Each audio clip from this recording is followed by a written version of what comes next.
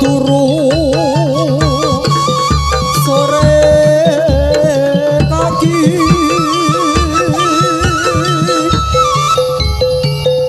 ono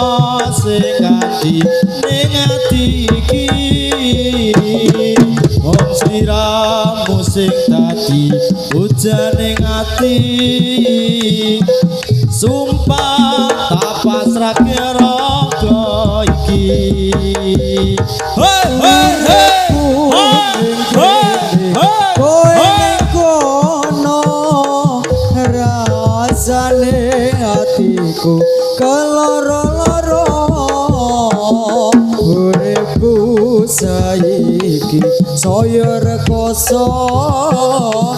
mergo tresno iki mung sia-sia saiki kudu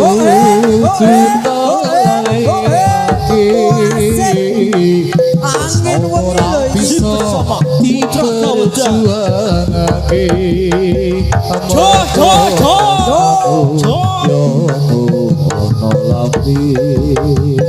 saiki kudu bisa urip dhewe aku kangen kowe sing nek kono nanging sliramu ra tau ngerasa sing wis koplenjani kaya angin wengi sing nyesek ning dodo iki rumana sakane ati iki sayang ra ono sing ati ning ati iki mung sliramu sing dadi bocah ning ati wani sumpah tak pasrahke roko iki uripku nongki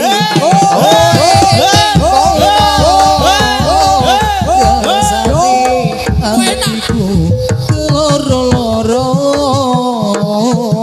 uripku saiki sayang rekoso amara kau tresno iki wis kok sia-sia saiki ku lalekake tresno ora bisa diperjuangake mergo dadi mung ono lambe saiki kudu bisa urip dhewe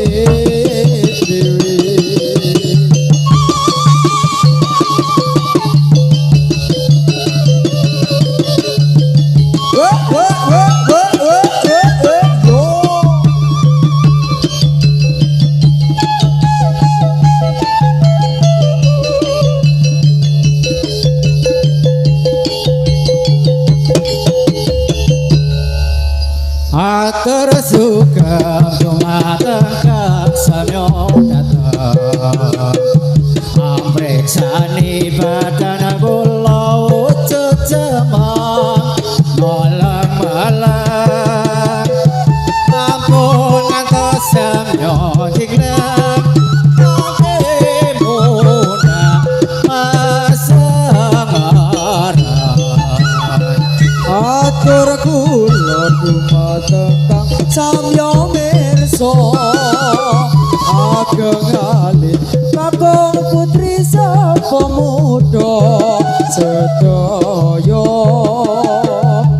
yen wonten lepat kawula nyuwun kuing pangangsa kula niki putra kawadar bumi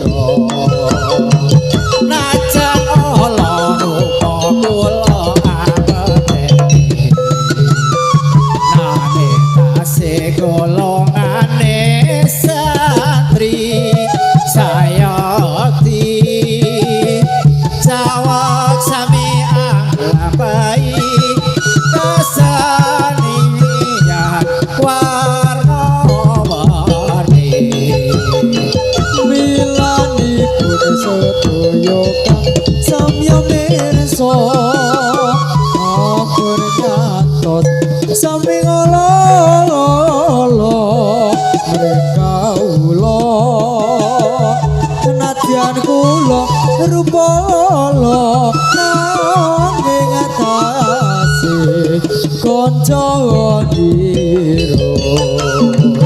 najan loro rupi kula angeteni nami tasih golongane santri sayakti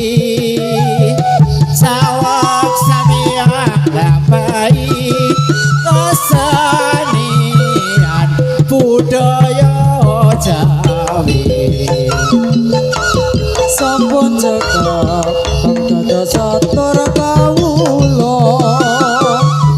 ugi samya sekecana lenggahira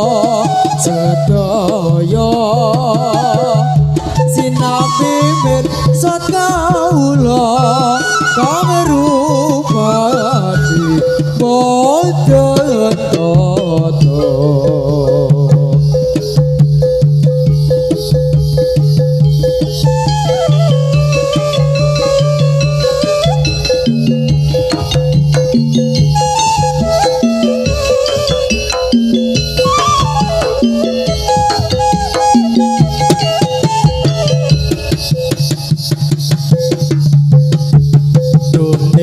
Jantung hatiku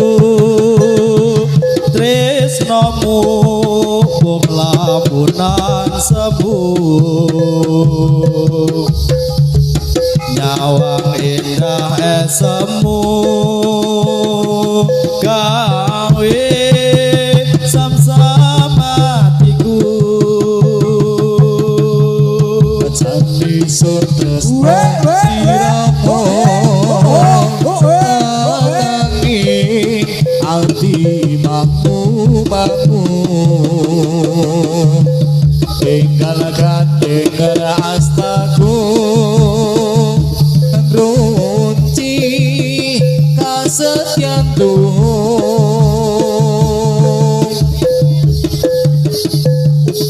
doni masiro kang sonandopi mapandek kedaton ati enggal son gandeng astamu sun piniji jati sisi ragaku lima sun antu janjimu boyong aku ning kedaton atimu ojo citra janji mung karo aku nganti tekaning pati jati sutras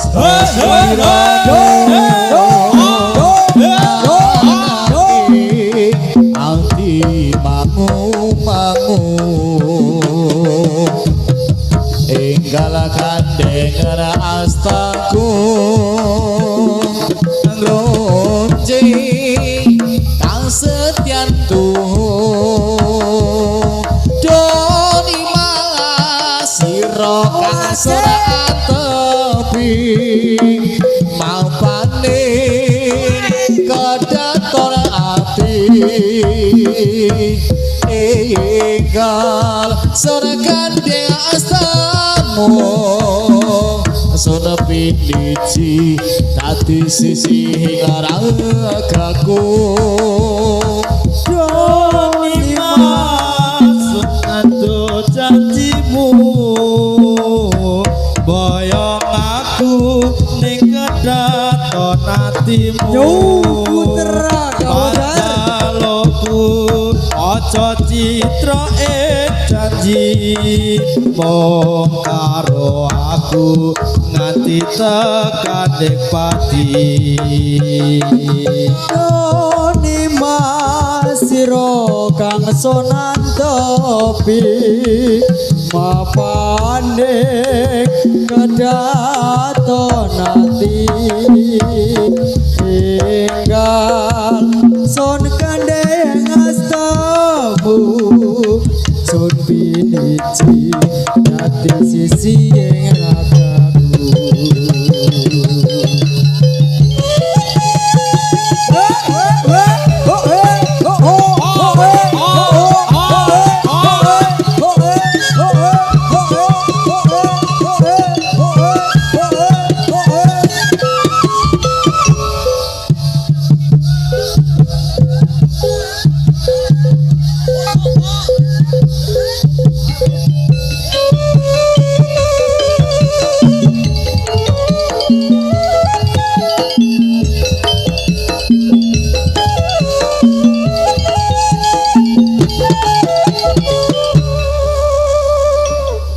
Pemuda dusodiko sing rupane Allah Jawa awe tunggal bangsa pamentasanini kang meriah sekali untuk memperingati acara pernikahan kula niki saged ugi mriki sakti timbali kalian keluarga niki perlu arah-arah anggone hiburan supaya tegak lan sarta bisa aman ayo para kanca padha suka-suka supaya gembira kancane pemuda ajan rupa kewan melu perayaan supaya tegak lan sarta bisa aman ila para rawuh agung saha putri pun kersa mirsani rupa kula amat deni katos sampun cekak lakon kawula bilih mangke lepet nyuwun bumi pangaksama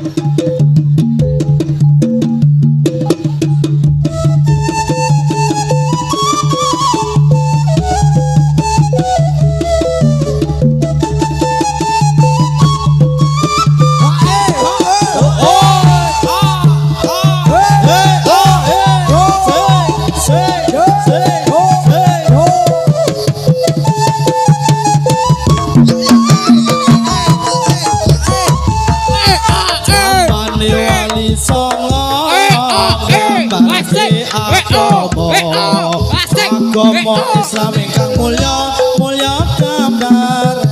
Jawa liwat sejoyo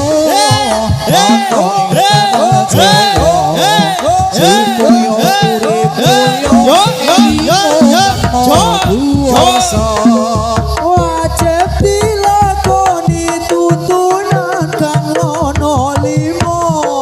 sadat salat zakat poso ajilan mun kuwasa wajib dilakoni tuntunan kang ana 5 zakat salat zakat poso ajilan mun kuwasa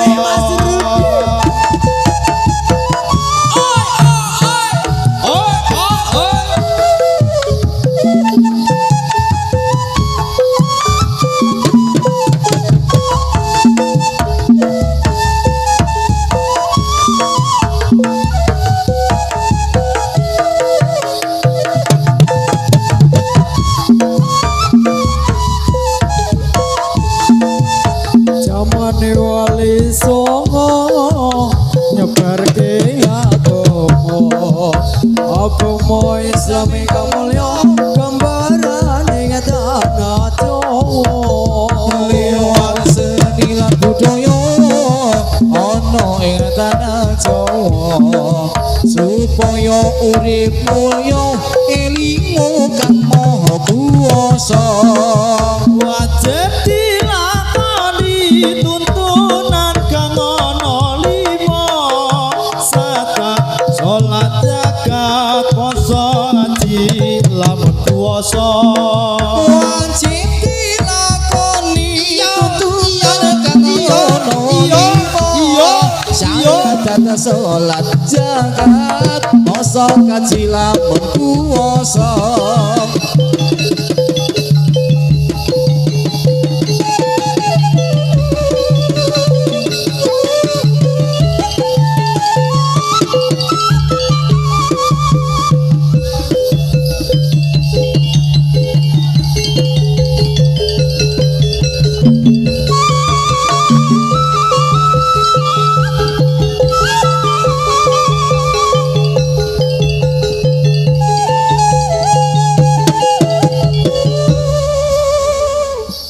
Ayo prokonco padha olahraga supaya badane rasa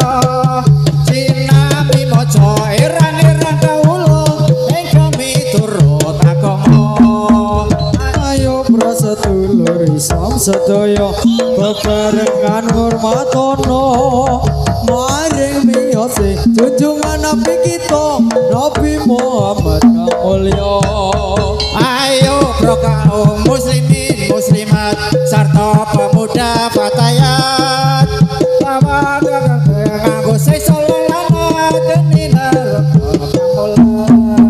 Nanging sing padha gelem ngurmati maring miyose Kanjeng Nabi bisa yen kita tumeka ing pati dikanjeng swarga kang edi. ayo sedulur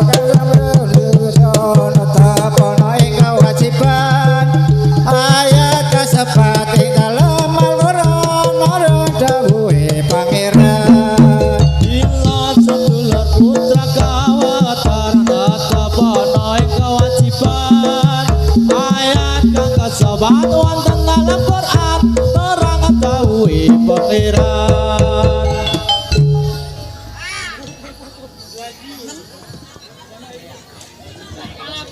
Raga kang kajirat tresna Mas Adi tinali-tali jiwa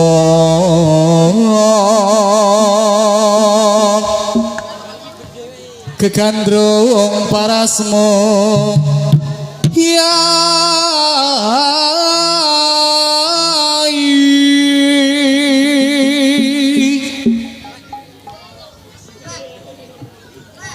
ora gampang nampa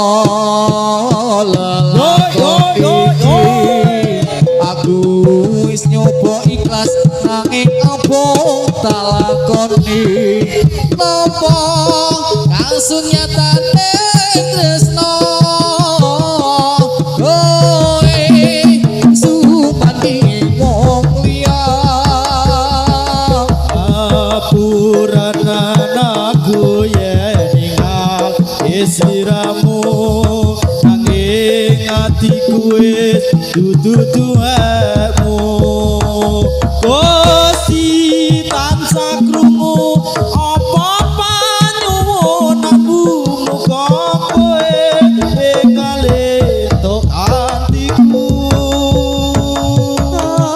atiku romila kowe nyone wong liya opo iki kasunyatan sing tatompo bebangsane ono ing ati langit yo sing duweni wis cukup laleno timbang atimu lara perkara tresno bisa dipaksa percaya yen kowe mesti bisa nglilake aku sumadi wong liya ayo baru dibakso ati wis nyoba ikhlas nanging apa tak lakoni napa kasunyatane tresno kowe sumanding wong liya apuranan aku yen ninggal sliramu nanging atiku wis dudu duwemu Gusti tansah krungu apa panyuwunanmu muga kowe enggal kantiku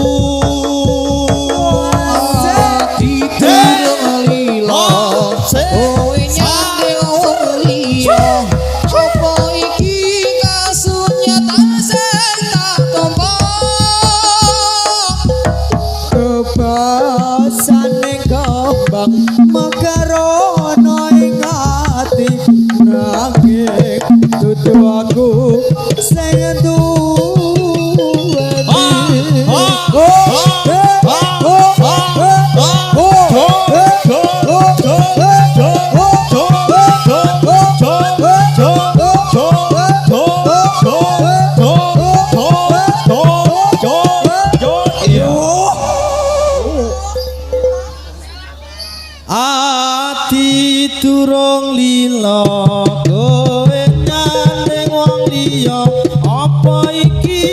kasunyatan sing tak tampa bebasaning kembang mekarono ing ati nanging dudu aku sing duweni wis cukup perkara satresna ora bisa dipaksa atiku percaya yen kowe masih bisa nglilakake aku sumanding wong liya hey hey ha hey say yo yo yo yo New Putra Kaudar